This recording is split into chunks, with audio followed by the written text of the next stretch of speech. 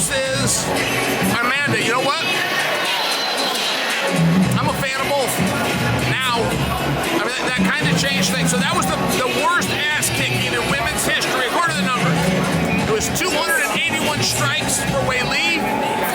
It was 21 for Amanda. And I got to tell you, when I watched that, I didn't really realize it was that kind of a beating because of Amanda's face. And I don't mean that it wasn't marked up or bloody. I mean, she had a poker face. She didn't seem to be rattled at all. First round, she tried to finish it with a choke. Fourth round, she tried to win it with strikes. Fifth round, she was still fighting, hoping the other girl would give up. I mean, there was never really a point where I thought that Amanda was getting overwhelmed. And when you hear those numbers, 281 to 21, you're kind of wondering why the corner didn't stop the fight. You're also wondering why the referee didn't stop the fight. You're also wondering why there wasn't a single of the three judges that had it 10-8. I'll answer the question, because it wasn't that bad of a beating. I mean, like, I don't dispute those numbers, but I also can't explain it to you. It was the greatest strike differential in the history of women's fighting. But it was far from the worst beating I've ever seen. It was an interesting contest. I enjoyed it.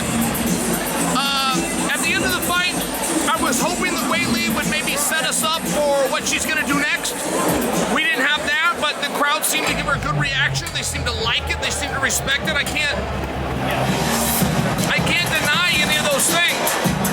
I got to tell you, I am a little bit confused. We have a record. I'm going to say it again. I realize I'm repeating myself, but it's the greatest strike differential in the history of women's fighting, 281 to 21. But there was no 10-8 rounds. There was never a time the referee looked like he was going to call a TKO.